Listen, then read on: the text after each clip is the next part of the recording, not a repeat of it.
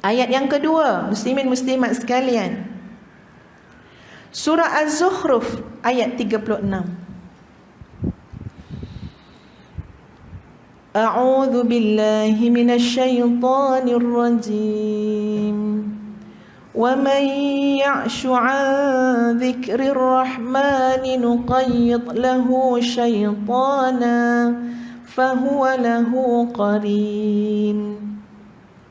Dan barang siapa berpaling daripada pengajaran Allah yang Maha Pengasih, yakni Al-Quran, nuqayyid lahu syaitana, kami akan biarkan syaitan menyesatkannya, fahuwa lahu qarin, dan syaitan akan menjadi teman karibnya. Ini ya, ini hala ke nafsu amarah.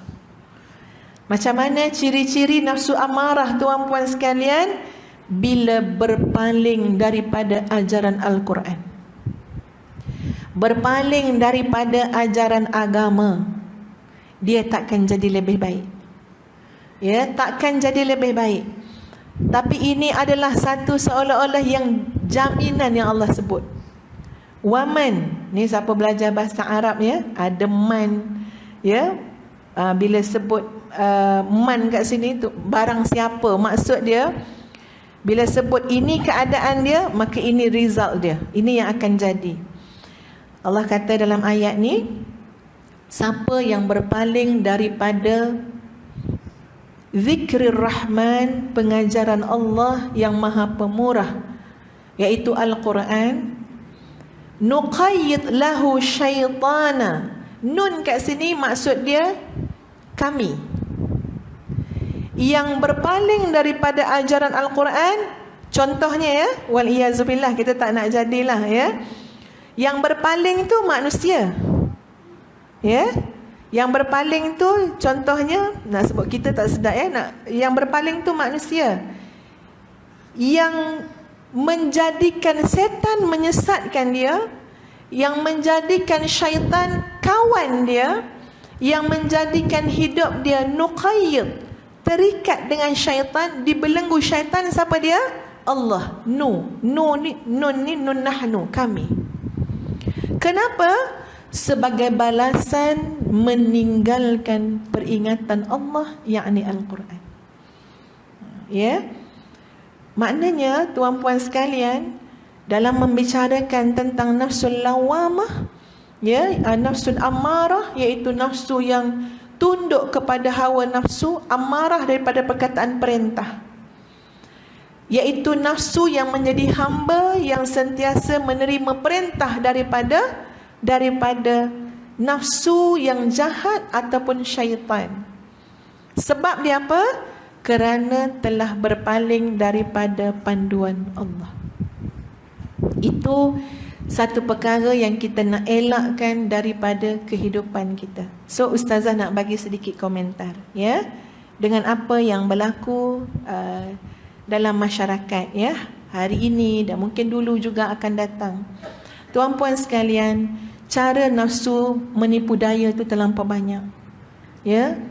Syaitan ni bukannya nampak kan, ya, bukannya bisikan-bisikan. Nama syaitan ni hamazatis syayatin, bisikan-bisikan. Bukannya syaitan tu datang pakai mic, speaker, tak ada. Ya, benda tak nampak tuan-puan, musuh yang tidak nampak. Musuh yang tak nampak ni bahaya, licik, halus.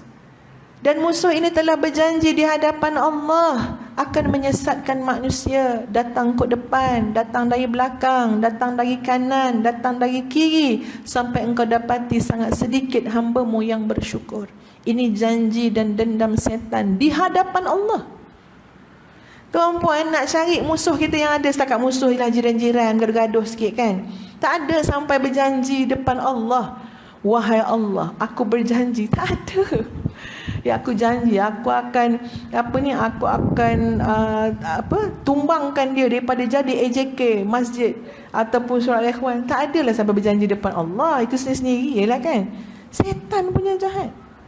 Demi Allah. Ya, setan. Maknanya setan akan buat habis-habisan tuan-puan sekalian. Untuk apa? Gelincirkan kita daripada panduan Al-Quran dan sunnah Nabi sallallahu alaihi wasallam. Hari ni, ya, zaman ni zaman moden yang amat-amat sangat, zaman sains dan teknologi, zaman milenium, macam-macam kita boleh sebut. Ya Allah, ya Tuhan, memang tuan-puan, semuanya berada di hujung jari. Pahala pun hujung jari, dosa pun hujung jari. Ya, semua kat hujung jari. Dengan media sosial yang ada ni kan, ya Allah, ya Tuhan, macam manalah, apalah kisah kita ni. Supaya tidak terjebak. Supaya tidak terjebak. Ya, ada golongan yang dinamakan sebagai, maknanya dipanggil apa? Netizen, ya. Kadang-kadang kita pun jadi sebahagian daripada grup-grup tu juga, ya. Mudah sangat bersuara, mudah sangat bagi pandangan, mudah sangat komen. Padahal kita tak tahu ujung pangkal, tuan-puan sekalian. Kita tak tahu ujung pangkal. Ya, ada satu kisah yang ustazah macam dapat tahu sikit ujung pangkal tu. Sebab bertemu dengan keluarga yang terbabit. Ada, ya, kaum keluarga yang memberikan faham itu kepada ustazah. Bila ustazah tengok dengan apa yang tulis kat dalam apa? Kat dalam Facebook, memang kata, ya Allah, ini belum hisab akhirat lagi. Belum hisab akhirat. Memang ke laut lah komen tu. Kita tak tahu apa cerita, kita campur habis semua urusan dalam kain orang. Ya, kita campur urusan rumah tangga orang, tuan-puan. Tak ada panduankah dalam bab ini? Pasti ada. Pasti ada. Allah dah sebut dalam Quran, sesungguhnya sebahagian daripada sangkaan itu adalah dosa. Yang kita komen ni based on apa? Realiti, kebenaran ataupun sangka menyangka. Jawapan yang paling tepat untuk benda-benda ni, tuan-puan, boleh jadi 90% yang bercakap atas dasar sangka-sangka je. Kita tak kenal, kita tak tahu, kita tak terlibat, tapi kita bersuara, menjadikan tidak harmoni masyarakat. Ini sekarang tahun 2020. Kalau tak bendung, agak-agak tahun 2030, kalau panjanglah usia dunia ni, tahun 2040, ustazah rasa duduk serumah pun kita takkan percaya dengan orang tu. Manusia takkan terbina lagi dah kepercayaan sesama kita. Duduk sebelah kuliah-kuliah ni pun tak boleh percaya dah. Sebab apa? Sekarang antara personality yang lahir daripada, ya, kecanggihan macam-macam zaman sekarang adalah split personality. Personality yang tak sama dengan ditonjolkan di luar. Di luar pendiam sangat. Ya, tegur pun tak bercakap, tanya pun tak jawab, macam tak ada suara. Tapi rupa-rupanya di hujung jari ni, tuan-puan, itu paling aktif. Ya, bersuara, kata macam-macam lah, mencerca. Masya Allah. Nanti kita tak tahu, tak kenal siapa kawan, siapa lawan. Tapi benda tu kena dibendung. Cara bendung dia macam mana? Tak payah cakap banyak-banyak, tuan-puan. Setiap kita ada tanggungjawab untuk memahami agama Allah ini dengan baik. Agama Allah ini adalah cara hidup. Agama Allah ini adalah panduan yang diambil daripada Al-Quran dan sunnah Rasulullah sallallahu alaihi wasallam. Tolonglah celik sikit dengan panduan ini, dengan agama Allah, agama kita juga. Ya, biar kita tahu adab-adab dan sebagainya untuk bercakap dan sebagainya. Tengok dalam satu doa, ya tuan-puan, patutlah Nabi ajar kita doa ni, ya. Doa yang disebut sebagai jawami'ul kalim, doa yang kompres, cukup lengkap. Saya takkan sebut doa tu daripada awal sampai akhir, panjang juga. Saya ambil tengah-tengah dia. Allahumma inni as'alukal jannah wa ma qarraba ilaiha min qawlin aw amal wa a'udzu bika minan nar wa ma qarraba ilaiha min qawlin aw amal. Ya Allah, aku mohon syurga, dan aku mohon perkataan yang mendekatkan aku dengan syurga, dan aku mohon perbuatan yang mendekatkan aku dengan syurga. Wahai Allah, aku mohon jauh daripada neraka. Aku mohon perkataan yang menjauhkan aku daripada neraka, dan perbuatan yang menjauhkan aku daripada neraka. Kita bertanggungjawab dengan perkataan yang kita ucap, komentar yang kita beri. Kalau tak, tuan-puan, main suka hati.